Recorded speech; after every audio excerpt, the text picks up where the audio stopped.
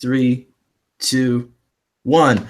And we're live. Thank you for tuning in to a new episode of Robert Conway Live with Samuel Roberts. This week we're going to be talking about Secret Empire, Issue 0, and the controversy surrounding the whole event because, let's face it, it's kind of blowing up. Blowing up enough to the point that some names such as the Ralph Retort decided to cover it. Now, with that being said, I was going to totally skip this event as it came out. I'd been reading Marvel Comics pretty religiously up until maybe the last year or so, where I've kind of had to slow down. And ouch. Yeah. So why are you dropping Marvel Comics?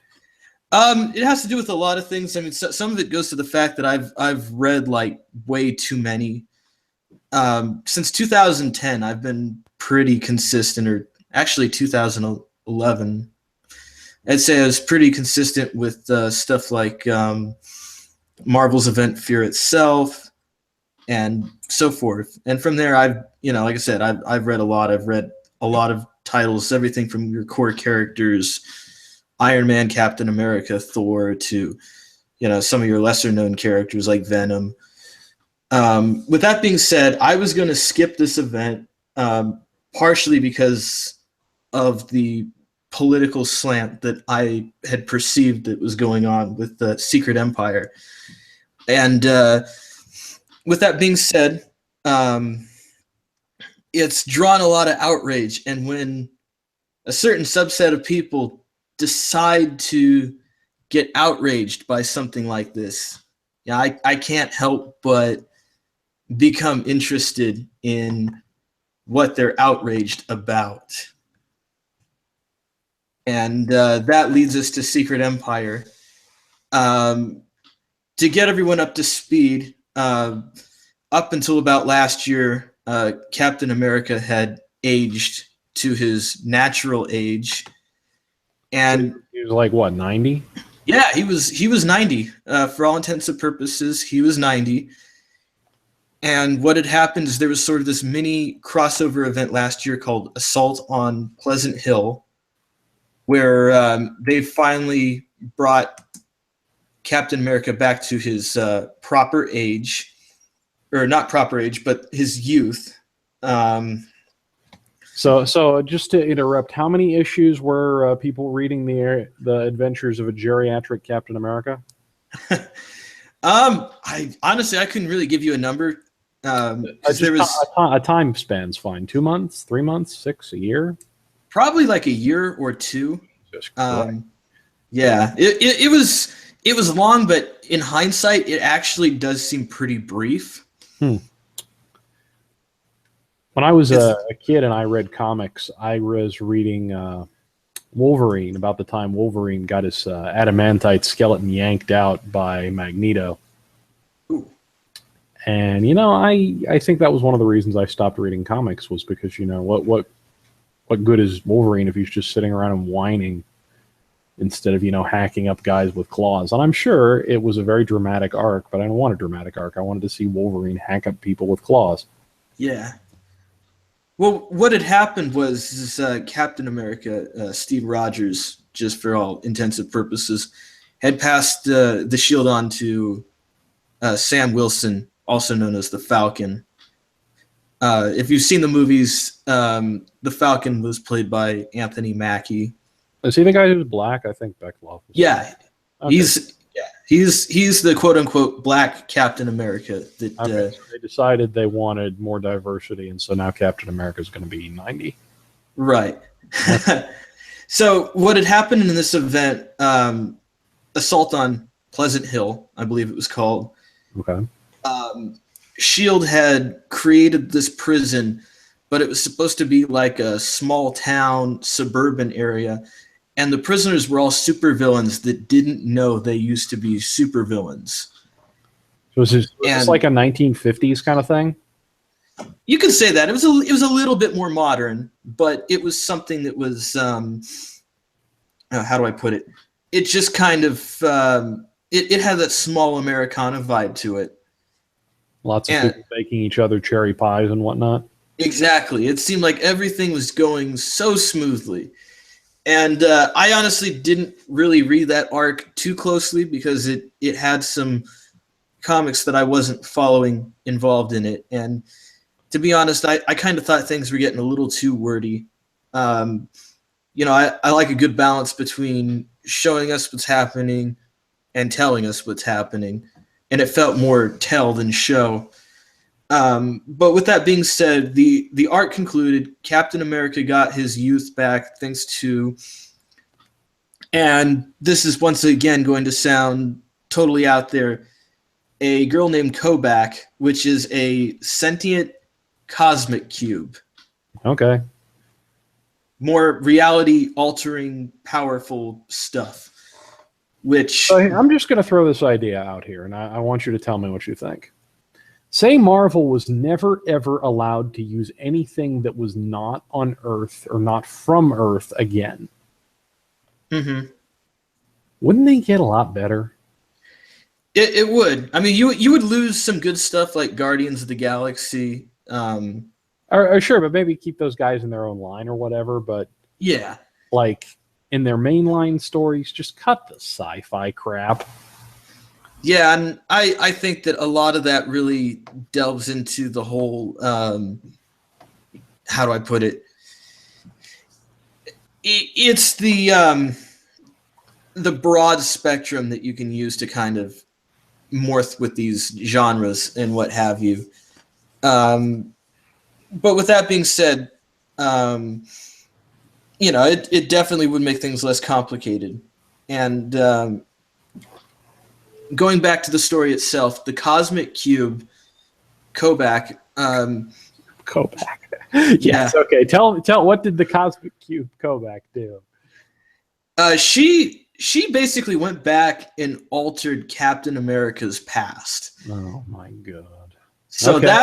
that's where we get Hydra Captain America. So all of a sudden she goes back and she alters his history. She's like, oh, I'm gonna make him the best version of himself. So not only is he younger, he's now been a Hydra mole for all these years. Okay, so this stuff about Hydra was foreshadowed in something. It's caused by a cosmic cube. Man, this stuff makes my head hurt.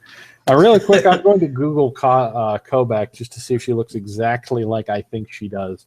I have an image of a glowing blue space cube.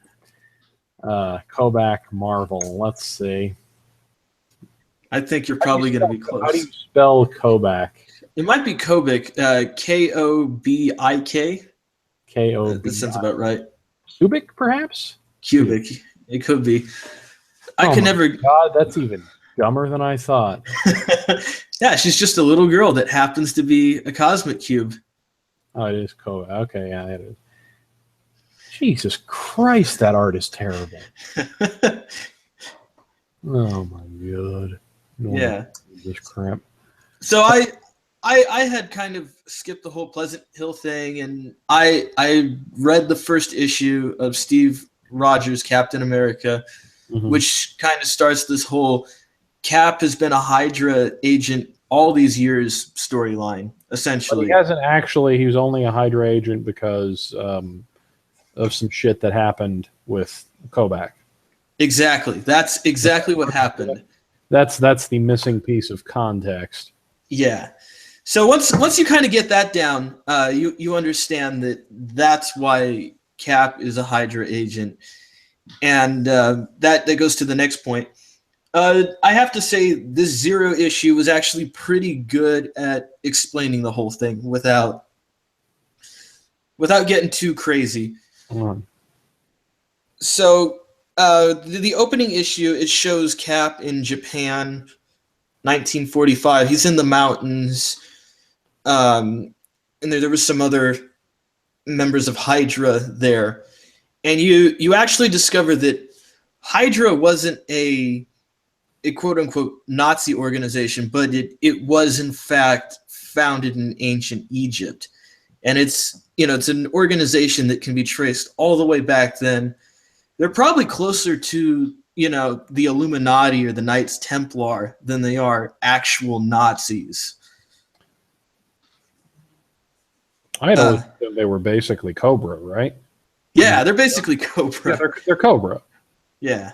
They're the same thing. They fight basically the same dude. Just the GI Joe guys don't throw a shield. Right. That's the only difference. So you get that down. They're just your de facto bad guys, and their whole goal is kind of to make the world better, quote unquote. Mm-hmm. Now, with that being said, this opening issue, I really thought the action itself was great. After we kind of get this little prologue about all the context you really need, it jumps right into this crisis that's going on. At this time, Cap's kind of in charge of S.H.I.E.L.D. There's an alien invasion. There's all the supervillains from Pleasant Hill causing a ruckus in New York. Hydra, quote unquote, blew up like a planetary self-defense system, and that kind of sums up what's going on. Now all these heroes are off trying to save the planet, and it seems like things are doomed. All of a sudden, with the flip of a switch, the planetary defense system's back on, and things are going smoothly. The bad guys disappear from New York. Who flipped the switch? Oh, it was obviously it was Cap that flipped the switch, or with his help of the Hydra cronies. Okay. Is what happens next is the helicarrier that Captain America's on. It's getting hit by another helicarrier that I almost said Cobra. Hydra took over. Doesn't G.I. Joe have a helicarrier too? It wouldn't surprise me at all. I never really followed G.I. Joe that closely, but it all kind of has that 80s action hero vibe thing going on. And so Cobra has a helicarrier. I just looked it up. And you just looked. They had a helicarrier too. They have a helicarrier, and it's freaking badass looking. Nice. So, with that being said, it's found out that Cap eventually reveals himself as, oh hey, I've been Hydra all those years. And once that was sort of revealed, that's kind of where the story kind of ends. It's like at one point these heroes that are out in space fighting these aliens, well, they're kind of left on their own. And Hydra's just kind of making their presence known. They're getting ready to take over. And that's where issue 0 sort of ends. Okay. And that leads us to our next thing, because I don't know if it's going to be next week or the week after. We're going to get the real issue 1. And there's going to also be a free comic book day issue, which revealed a little tidbit that you and I talked about briefly, where Cap is actually picking up Thor's hammer, which in itself is also. Why don't we go over that again for the people on the for the listeners? Yeah. So this is something that kind of leaked out from the free comic book day. Is you see Cap lifting Thor's hammer, and it's a pretty big symbolic thing, because in itself, it kind of shows that, Cap is still a very worthy person. You have to be worthy in order to pick up Thor's hammer, in the very sense of it. And I guess, do you want to start getting into that article that we both read? Yeah. Why don't you give us a summary of the article? Okay, so we read one article that just said that they were taking this whole Cap as a Nazi, to paraphrase what they said, a little too seriously or a little too strongly. And in it, they talk about, they sort of draw this conclusion between the fact that Cap's lifting this sort of Norse mythological weapon and, well, Nazism, of course, because the whole Aryan Brotherhood thing. and Norse mythology and how that all connects to Nazism.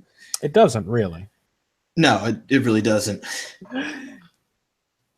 I mean, the swastika itself is basically just an appropriated Hindu symbol.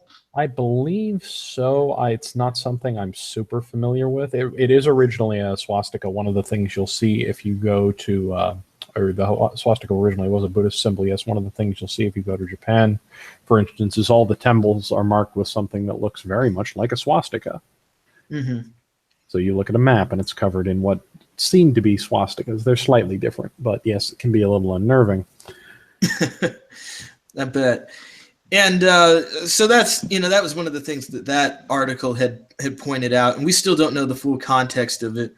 One thing I was not super clear on from the article was,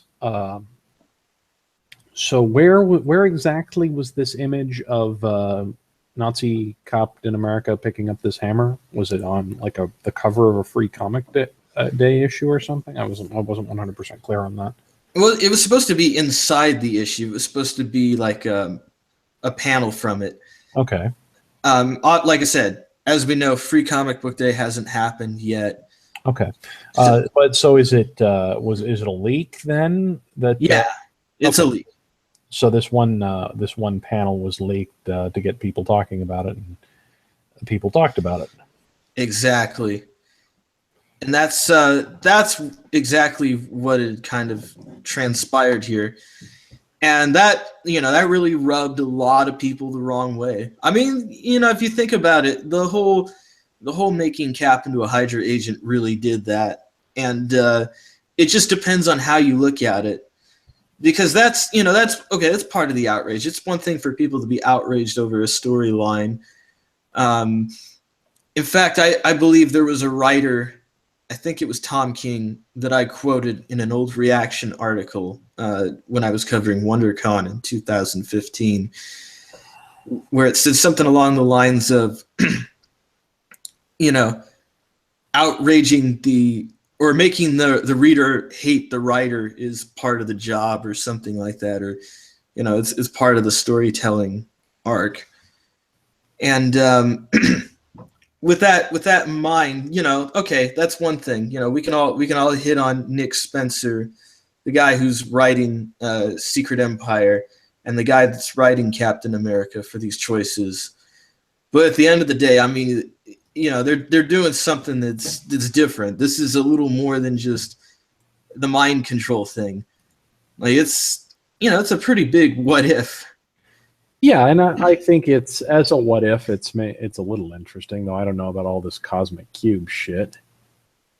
Yeah, that's one of those things that's always sort of been there. So we'll see how that part resolves itself.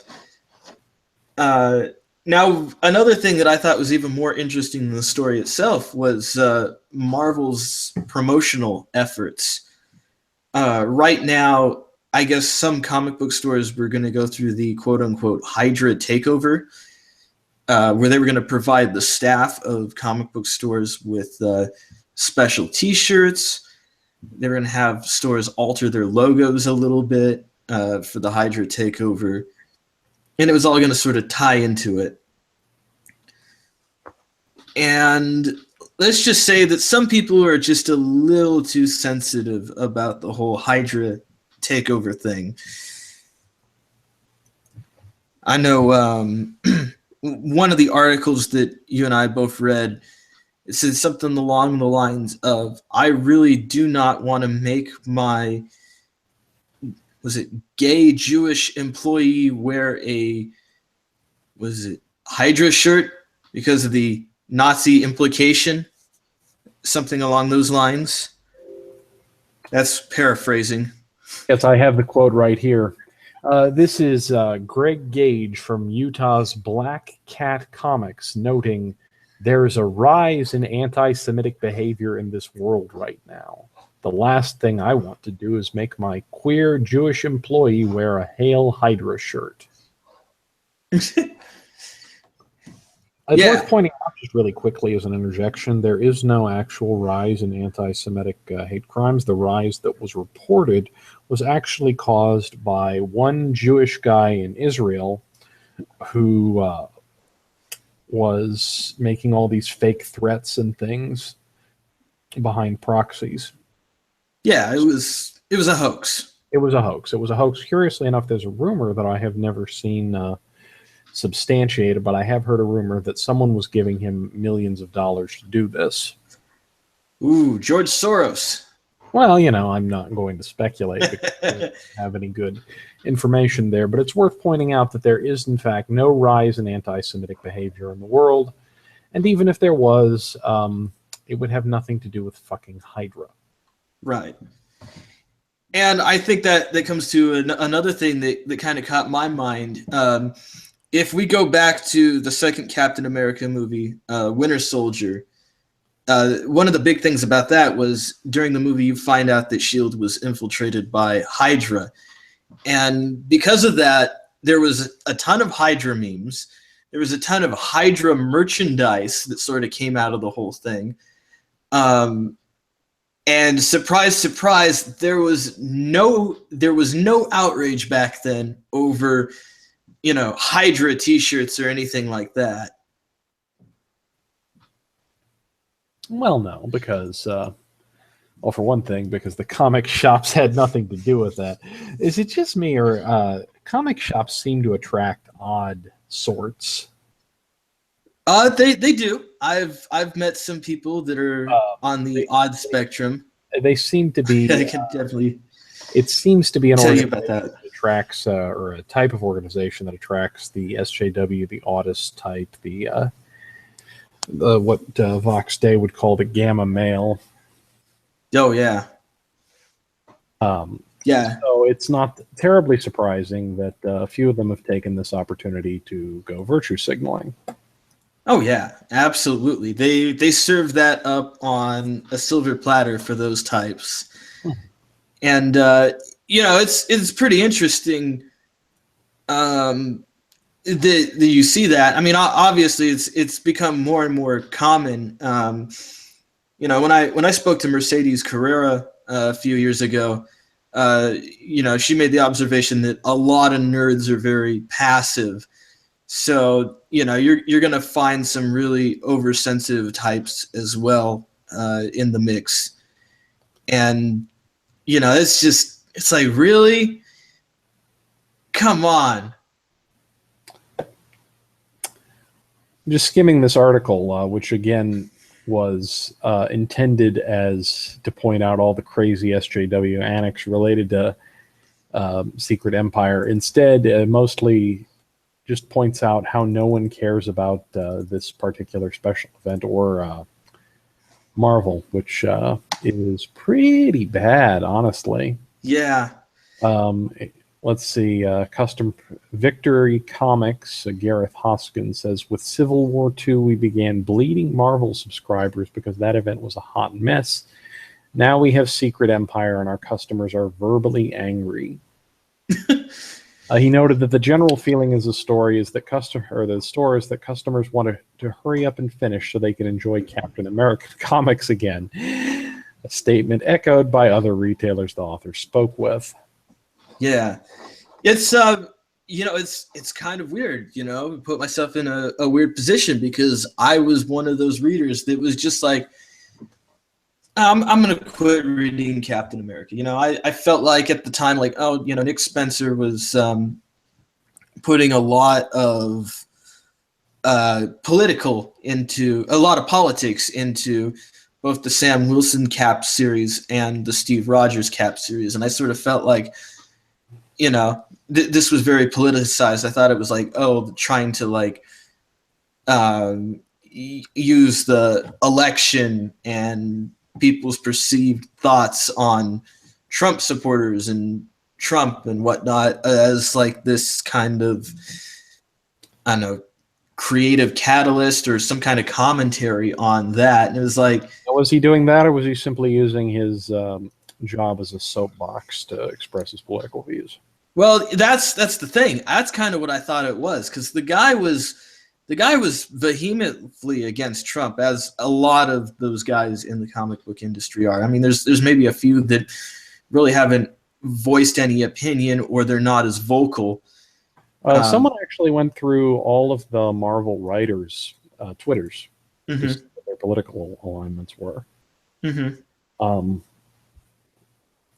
and they found that not a single one was pro-Trump.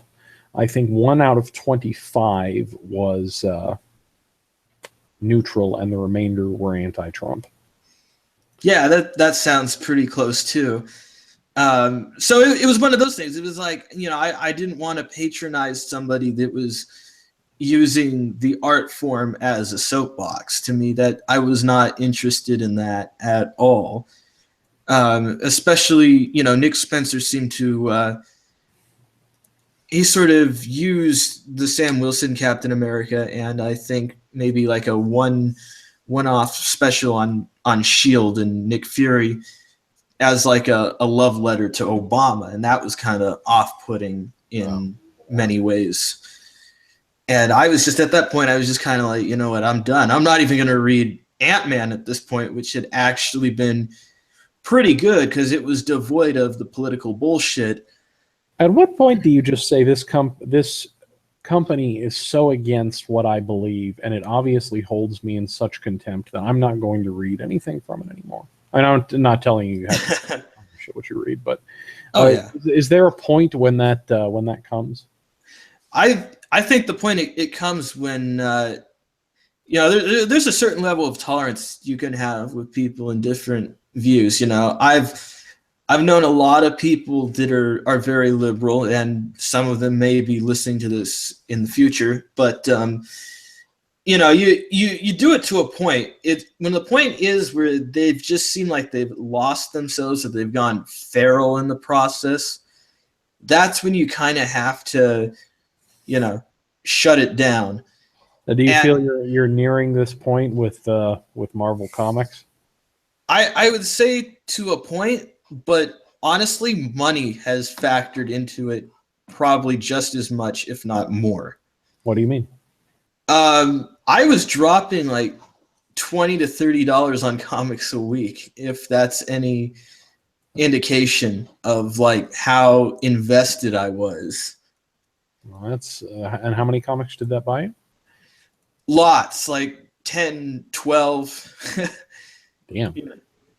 And it was getting to the point where I just couldn't read it. So the moment that somebody just went a little too political, I was like, well, I'm done with this. So you needed a reason to get rid of it, huh? Exactly. So I mean, that's kind of what happened with Thor, and that's what happened to Captain America. And it got to the point where, out of the 3 main Avengers, Iron Man was the only series I was really reading. And I may get on that in a little bit. I don't want to get off the too tangent, but there's still some stuff out there that doesn't strike me as super political. Deadpool, not political at all. I would say The Punisher, generally not political, though I am a little disappointed in one of the former Punisher writers. Why is that? I don't know. I mean, obviously, I don't know how closely you follow the outrage that happens every once in a while, but he got into a dispute with Frank Cho, who's known for drawing really sexualized women in. I think. Okay. I think I do remember this because for whatever reason, a lot of the Gamergate crowd and the reaction crowd in particular seems to read a lot of comics. Yeah. So I know we definitely wrote about Frank Cho at one point, and he even retweeted one of our articles, I think, before deleting it. But it's important to note that he accused Greg Rucka, the former Punisher writer, of being an SJW, essentially. And needless to say, Greg Rucka ended up using the block bot. And once I noticed that, oh, hey, I was blocked, I'm like, well, your run on Punisher ended years ago, and I'm not currently reading any of your stuff anyway. Is that a problem? Because the Punisher was always the ultra-conservative comic hero in my mind. Yeah, that's, and it's funny that you bring that up. I mean, obviously he's going to come that way because he's military. He was a Marine, so that alone is already going to have a crowd that's going to swing right. and even the writer after Greg Rucka, I believe it was Nathan Edmondson, got into some hot water for some sexual harassment thing, which I think is probably bogus. There's really no evidence to support it other than a very left-wing comic book site called Comic Policy really pushing the story. And with that being said, it was one of those things, though. The Punisher is going to always have that. And believe it or not, I think he was created by a relatively liberal guy, Jerry Conway, who has no relation to me whatsoever, by the way. Well, maybe I'll put his will anyway. Yeah. Jerry Conway was also famous for killing Gwen Stacy. So if that's any kind of context for you. That's very disappointing to me to hear that the publisher or that the writer of Punisher is a liberal. That just seems completely wrong, because the Punisher, in my mind, was always the guy who took no excuses from criminals. He didn't care what your childhood was. He didn't care how you felt. He didn't care what your extenuating circumstances were. He didn't care that you wanted, humane treatment. He was just going to shoot you in the head if you were a criminal. Oh, that was his thing. Absolutely. So it's definitely one of the reasons it is, and I've liked the Punisher for that. And but the Punisher himself, though, is enough to trigger Joss Whedon, who went on a pretty extensive tirade about the Punisher and how he would have removed the character if he was in charge of Marvel, which thank God he's not. I'm sure he would have. I think Joss Whedon is one of the worst things to happen to American geekdom, if you want to use that word. Yeah, and it's I don't think he's particularly a success or a good director. I think that he just was the guy who got to do the one show. Mm-hmm. For a while, Buffy was the action show. Oh yeah. Once, and he was the guy doing it. And so when it came time to do more shows like that, more kind of modern urban fantasy things, of course they went to him. Exactly. Well, between that and the cult status of Firefly, I get why the guy's got acclaim, but just recently I look at him like, I'm so over this guy. Like, who cares what he does now? I'm not gonna go out of my way to patronize the guy. Yeah. And it's worth pointing out, of course, that Firefly was canceled for low ratings. Yeah. And we can get into that all we want, and I've almost went into a tangent on that, but I'm not going to. But yeah, you get what you're saying. And so it's, there was some stuff like that I would still follow. I think Old Man Logan and The Punisher are currently two series that I'd continue following, as well as what they're doing with the Star Wars right now at Marvel. What are they doing with Star Wars right now? They've had a couple series going on, and they've generally been good. How do I put it? Up until Marvel got the rights back to Star Wars, I felt like things had gotten a little stagnant at Dark Horse. Yeah, there was some good material coming out of there. I loved what they did with Legacy, but that's no longer canon by the new movie standards. But with that being said, Marvel was taking good care, and they were putting stories in there that felt fresh. Nothing felt like a retread. So for people that were longtime Star Wars buffs and invested in that continuity, stuff felt fresh. I was a Star Wars buff for years. I didn't even know they were doing active comics. Yeah. Were they doing those in the 90s? Oh yeah, that was my first venture into comics, was Star Wars, Crimson Empire. Yeah. Oh. I just find it kind of funny. For years, I had a subscription to Star Wars magazine. Oh yeah. Which once I think I signed up for a trial subscription and canceled, and they kept sending it to me. Once they were very eager to inflate their subscriber numbers, just for selling advertising and justifying their jobs. Mm-hmm. Once you were on there, you could not get off. You would just get endless copies of Star Wars, the official magazine. And I kind of grew out of it by the time I hit early high school, but I was still getting these magazines. Oh yeah. I think they might have canceled it. Is the Star Wars magazine still around, or did they cancel it? Star Wars Insider? I honestly don't know. I want to say that I might have been around the same age that I stopped following it. It didn't help at the time that when I stopped paying attention to Star Wars Insider, like the prequels were over. We didn't think we were going to get any more movies. I think you may have made it further than I did. I think I dropped it just before the prequels. Yeah. Did not seem worth continuing. Well, I mean, I was I was in elementary school when the Phantom Menace came out. If that gives you any kind of time frame on where things were going. That was a terrible movie. Yeah, it was. It looks like it might still be around. I think it changed publishers a couple times, and it had changed names. Are there still, I assume there must, are there still Star Wars geeks out there? There are. I definitely think there are. Because I've still watched the sequels. I saw Rogue One. I thought Rogue One was good. I'm not as hyped about it as I was when the prequels were coming out. Oh yeah, that was a gigantic thing. Yeah. That was a amazing experience for everyone. And then it actually came out, and it was no longer an amazing experience.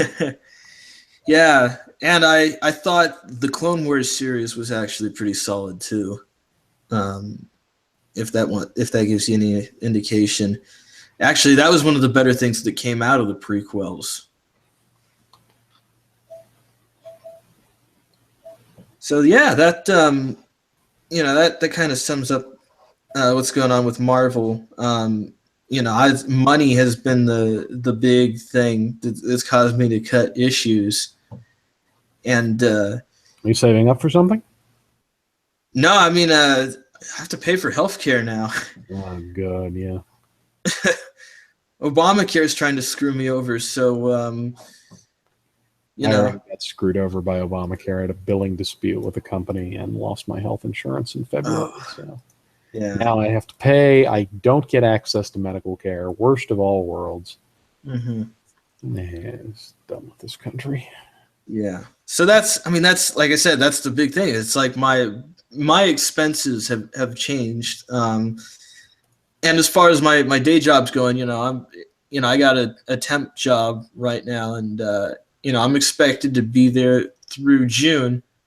I could potentially stay on afterwards if there's an opening for something that's permanent, but it's something I got to look at. So my expenses have shifted, and my priorities have shifted to more real world and more necessities as opposed to entertainment. And if I don't have the time to keep up with that entertainment, maybe checking out stuff like the events from time to time is, not a bad thing to do.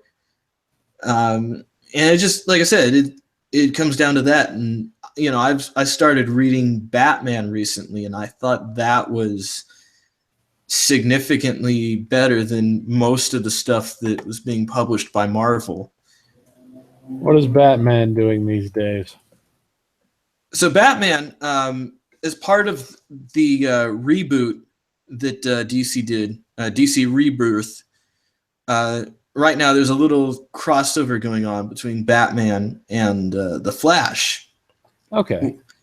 Where, earlier in Rebirth, Batman had discovered this button, which is believed to belong to the comedian from Watchmen. So I know it's more crazy continuity stuff. All of a sudden, they're bringing Watchmen into DC's continuity. Well, why would the comedian have a button? He was just a dude. That was the comedian's gig, was that he had no powers and nothing special. Right. Well, like I said, it's just his button just appeared in the Batcave, and it's kind of like, where did this come from? Why is it here? Why would the comedian put his button in the bat cave? Yeah. There is Well, no answer to that is not utterly retarded. right. It's going to have something to do with Dr. Manhattan. And Wow. yeah. It's going to have something to do with Dr. Manhattan and Ozymandias. That's my prediction right now. But like I said, generally speaking, the Batman stories have been pretty solid. Other than this weird rebirth thing that's going on, I think that it's generally a lot easier to follow, and the stories have just been a little bit better. Yeah, well, what were they like before that? What were they like before Comedian's button showed up? Was it one of those buttons with the smiley face on it? Yes, it was the one with the smiley face. It was the smiley face with the blood splatter. It is the button. This stuff used to be confined to like fanfiction.net. I had a boss back in college who was big into this shit. Big into fan fiction, big into gay / fan fiction. Oh God! And, Sherlock / Watson was her favorite. All this crap. And I guess maybe she went on to write for Marvel, because how the hell do you get the idea? Or I guess it would be DC. How the hell do you get the idea that Batman x Flash x Watchmen is anything but, some kind of gay porn should be going up? Yeah, I know what you're saying. It was totally out there. Well, that's one of the things I actually kind of liked, was the weird out there-ness of a lot of these things. I mean, for Pete's sake, they've published stories like Alien versus Predator versus Superman versus Terminator or something like that, and it's good for a laugh. And it's fine for a laugh, but when you try to do this stuff seriously, one of the things I saw when I was kind of looking into Secret Empire, and again, it's kind of hard for me to know the context of this, but they're flying up to fight the alien invasion. All the superheroes fly up to fight the alien invasion. Mm-hmm. And some chick goes up to punch an alien, and it opens its big mouth. It's got a big mouth, and a little caption on the dialogue box appears, and it says, "She was the best of us." And then the next thing, the alien chomps down its mouth, and whoever this superhero was is dead. And it says, when she died, hope died with her. Oh yeah, that was a bit cheesy. No, the cheesiness is fine. Yeah. With comics, that's fine. The problem is, then you go another couple pages, and it's like, never mind, we're winning. Yeah. And then you go on, and it's all about Captain America. You just killed off some character, and it has literally zero emotional weight to it. None. No one gives a shit. I mean, the fans of the character are just going to be annoyed because, look, you just wiped out a character they liked in 2 panels. Mm-hmm. And anyone else is just like, well, okay, I guess they killed that chick. Then it's not going to matter. Do you even remember who that was? I don't think it was Captain Marvel, because I know it was a chick. Or is Captain Marvel a chick now? Captain Marvel's a chick. Chick now, whatever. Yeah, but I was gonna say, was she blonde? I don't remember. You don't remember? I've got it opened up right now. It doesn't really matter. It's more the general example of the thing, which is that when you have these kind of ridiculous crossovers, mm-hmm. nothing means anything. Yeah, because there's too much going on. You simultaneously have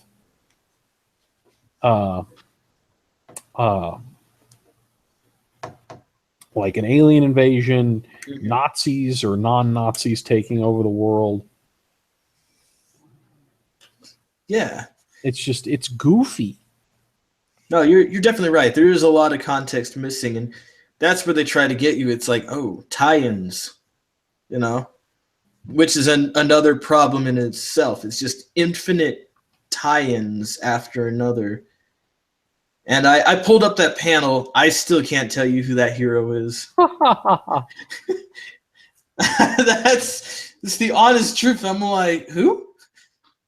I mean, somebody from Alpha Flight. I don't even follow Alpha Flight, you know?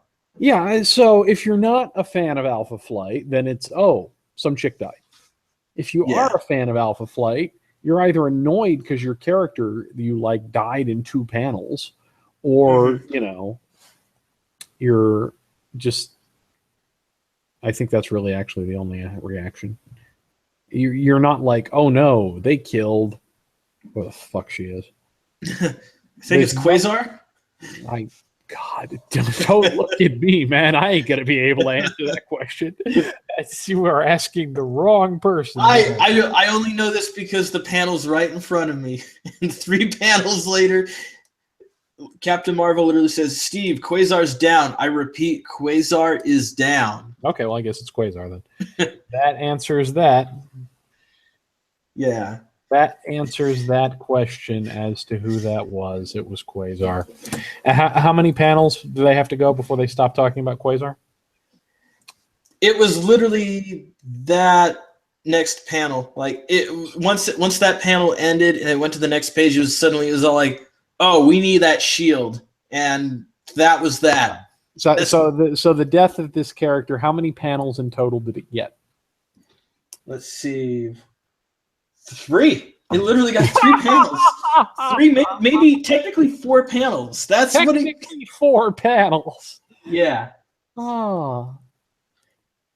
And you know this. The problem is this shit worked the first time. Mm-hmm. It worked the first time they did it. The first few times you do this event, this was big stuff. Now who cares? No, not Quasar from Alpha Flight. It's just lazy writers, lazy hack writers who can't do their jobs. Mm-hmm. See, I come from the manga world where, you know, this endlessly long-running shit. I mean, God, One Piece been going on since I was in, started college or before then.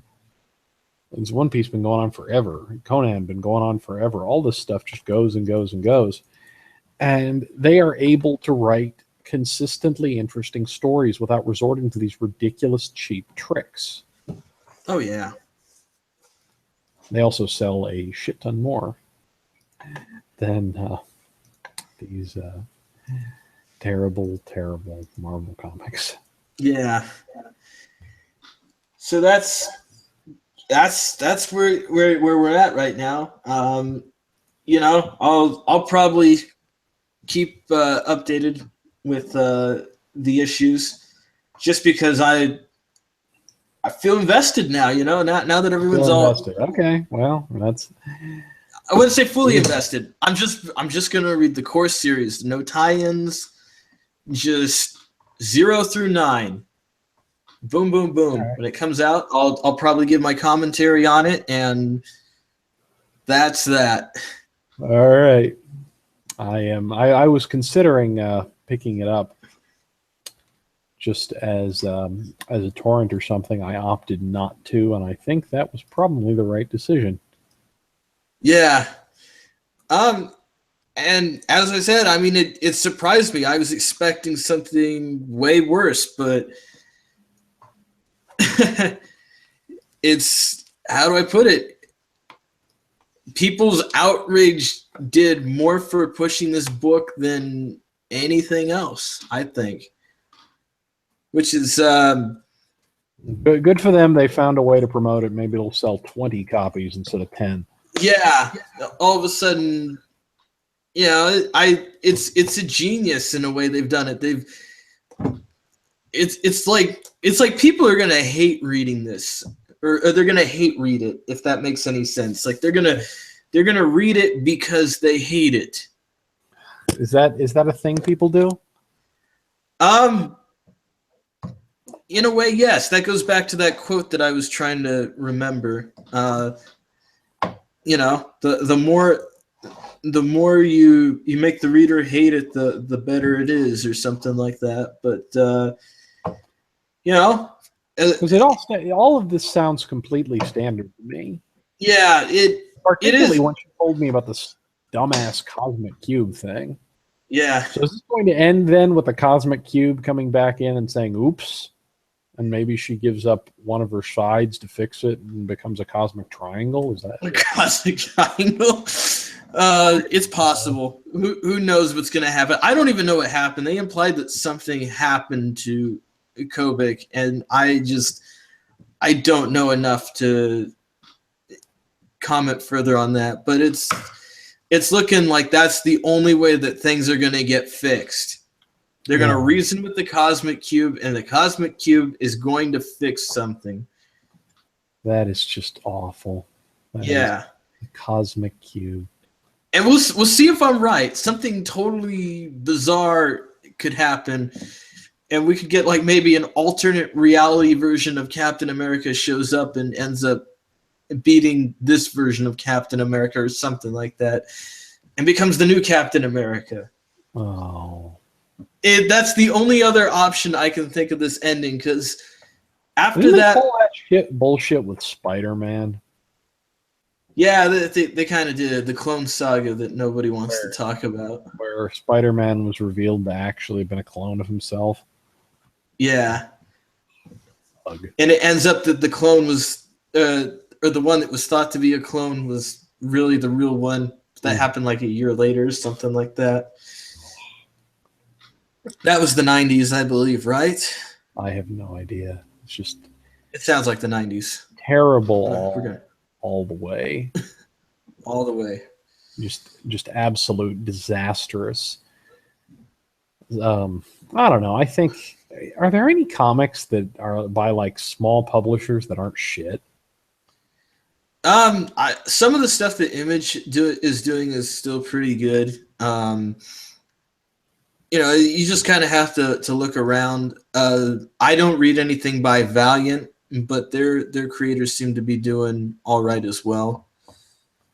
To really reiterate Image, it was a bunch of guys that came from like Marvel and DC, and they were kind of like done with the mainstream thing. They wanted to create and own their characters, and that's how that came about. Did they come up with any characters that were any good? Well, you got people like Spawn. They came up with The Walking Dead. Oh, they did Walking Dead, huh? Yeah, they did Walking Dead, and stuff like that. There's some other stuff here and there, and pretty much whenever they put out a new series, it's something to like really listen out for. Huh? Okay. Because I believe Todd McFarlane, who created Spawn, Robert Kirkman, who created The Walking Dead. I kind of had a soft spot for Spawn. Yeah. You see, he was so incredibly 90s. Oh, yeah. You heard about the reboot movie, right? They're going to try and make another one. This time a little more. I had not heard that. All I know is that it's going to be a little bit more horror-esque than trying to be a superhero movie. So we'll see if that sees the light of day or not. Well, okay. Yeah, I don't know. Spawn, I think, was just outside of the 90s, Mm-hmm. It's kind of not so great. It was great in the 90s. It was amazing in the 90s. Yeah, I think it kind of died out then, because I remember seeing commercials for like the movie and like the action figure line and stuff. Never read Spawn, but that's Spawn was something best enjoyed with like a Pizza Hut that you bought at the McDonald's and a big can of Surge. Surge. Yeah, so outside of those, I'm not sure how well Spawn really would hold up. Yeah, I totally get you. So there we have it.